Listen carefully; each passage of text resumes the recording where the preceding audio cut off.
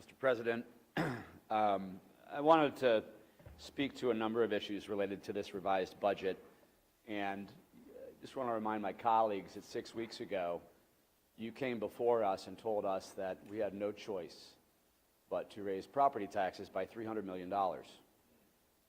And then after that didn't sell, you came back to us and said, we absolutely have to raise property taxes $150 million. And to the credit of my colleagues, they said no. So you came back with $68.5 million. And then just last Friday, again, congratulations to all my colleagues for not taking the bait and saying no. And then by today, just a few hours after Friday, we're down to zero. Because all of you, regardless of your ideology, held firm. And we deserve some congratulations for that work. However, as has been mentioned by previous speakers, this administration, over the course of just 2 days, was able to identify more savings and cuts in this budget, albeit not large ones. And they could have done much, much better had they made a real and legitimate effort at doing so. But we can't pat ourselves on the back for this budget. And I've heard colleagues talk about the impact of property taxes going up on gentrification. They're 100% correct. And I wish, for my colleague who just spoke, that, and again, I respect her for her principles, because guess what? I can see what's going on in the community that she represents. Unfortunately, this isn't going to obviate property taxes for those folks next year. And in fact, we're going to be looking at a whopper of a bill next year. And why is that? Well, the way that the administration, your administration, Mr. President, has achieved these savings is through reconfiguring your savings projections and recalculating revenue projections and using deferred payments to push off obligations due today. And those gimmicks, that blend of gimmicks, guarantees us the need for a massive property tax increase next year. And it's not going to be $68.5 million, folks. Just watch. It's going to be big. Delaying a $40 million line of credit payment for a year to avoid a property tax isn't savings. That payment is now going to cost us the same $40 million next year, plus interest penalties. Now, when a cost goes up over time, that's not a savings, that's an additional cost. And so that's what's being used, one of those gimmicks I mentioned, to obviate the need for this property tax that the mayor's been on a crusade to raise. That's irresponsible. That is not good governance, and it's wrong. I'd like to congratulate the Office of Budget Management for finding a whopping 26 more vacancies to eliminate in this budget, despite the fact that a number of members of the City Council here offered up hundreds of funded vacancies that we know will not be reasonably filled in the next calendar year. And we're talking about tens of millions of dollars in savings. Yet all we could come up with was 26 more vacancies to eliminate. It's pathetic.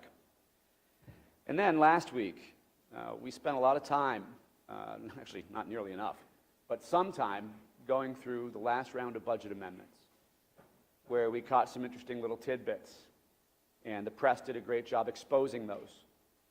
Things like the water department paying for a security detail for the city treasurer. The water department is an enterprise fund, meaning the revenues raised within that enterprise fund are supposed to be meant to be spent on water. And the last time I checked, the city treasurer does not work at the water department. We also talked about the office of vice mayor. And again, I said it last week, I'll say it again. I consider Alderman Burnett a friend. But having served as vice mayor under Mayor Emanuel and being appropriated exactly $0 to do that job, I executed that job perfectly. And I don't blame Alderman Burnett. He wouldn't need that budget if the previous chairman of zoning staff weren't still fulfilling those duties in the committee. Alderman Burnett could have put his folks in there to do that job. But that was a political deal, more fluff packed into this budget that folks weren't willing to undo. And that's not fiscal responsibility. I want to applaud our colleague, Alderman Vasquez, Mr. President, for working very hard to make some, I think, very reasonable changes to improve transparency and collaboration, that's a word you've been throwing around a lot, on city budgets. But if you actually look at the revisions in the ordinance before us today, the way it's written, because we didn't pass your irresponsible budget on Friday, there's a poison pill here that says, by not doing so, Alderman Vasquez's offer is moot, because we didn't pass it by December 13th, as is spelled out clearly in the ordinance here before us.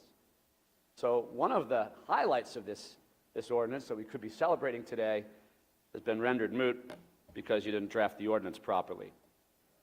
And to our colleague, Alderman Laspada, who's been fighting hard for a pilot program for snow removal on sidewalks, and we can debate the merits of that one way or another. Sad news for you as well, colleague. Unfortunately, the $1 million you were promised has been reduced to $500,000. And to my colleague, Alderman Moore, who has been passionately working hard on behalf of his constituents to deliver park facility improvements for his ward, which I applaud him for. I don't see the money for your park district facilities in this budget either.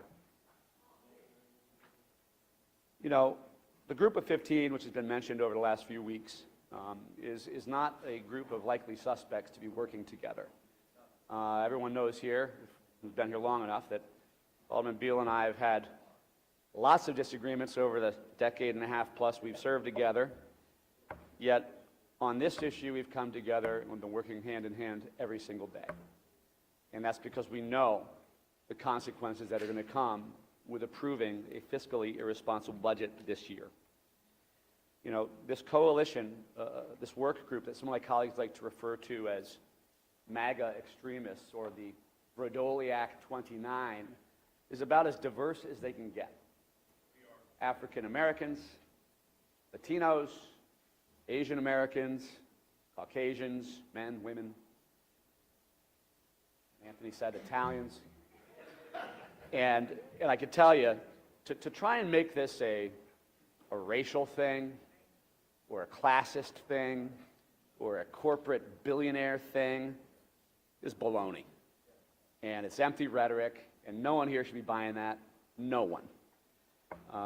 That group dug in deep and set our political differences aside. There's a lot of different ideology in that group, too, to try and get this right on behalf of our collective constituents, our taxpayers, the folks we're supposed to work for. And sadly, those suggestions were dismissed and ignored.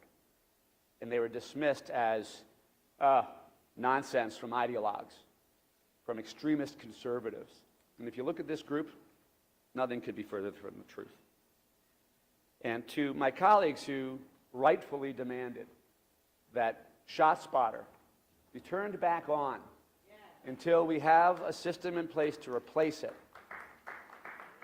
That's not in this budget. And some of you said you wouldn't vote for a budget that didn't include it.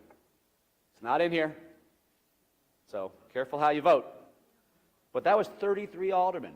And if we all held firm on that today, we could force this administration to go back and work a little harder. It was mentioned that it seems like every time we push back on your administration's budget, Mr. President, it gets a little bit better. And last I checked, this is not the last day constitutionally we could approve a city budget. We've still got a little bit more time here. And I'm willing to roll up my sleeves and continue the work, because this is insufficient. And I know a lot of folks are going to try and just hang on to the fact we eliminated that property tax, which was the right thing to do, as good enough to vote for this particular budget. But if you look how it's being paid for, it's just smoke and mirrors. Don't congratulate yourselves, colleagues, for having passed a responsible budget that eliminated a property tax increase, because guess what? You're going to be coming back here next year scratching your head saying, well, how on earth did we get to this place? How could this happen? How could this happen? It happens because of the way you vote today.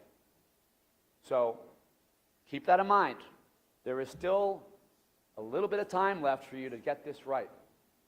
Withhold your vote and force this budget team to do its work and go back and make further adjustments, real cuts, real efficiencies. That's what a good budget is made of. It's not there yet, folks.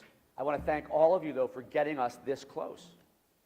We're almost there, but not if you let the administration off the hook today. So I guess I'm going to finish up real quick because it really stuck with me. For one of my colleagues, one of my socialist colleagues, to get up here and lecture all of us about fiscal responsibility at a time when our colleague is looking to blow a billion-dollar hole in future city budgets by creating a brand new massive TIF district in Pilsen, at a time when this administration has prioritized closing TIF districts throughout the city. And by the way, I'm okay with that idea. That, I think, is the great irony.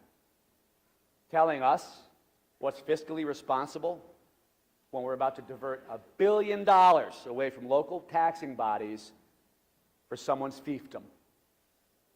That's irresponsible, and it's hypocritical, and it's wrong. So, colleagues, please get this right. Please. You can hold on to this vote. For a couple more days, we can get a much better budget. Don't sell your vote cheap. That's right. Hang in there, and let's do this right. I'm voting no. Thank you, Mr. President. Thank you.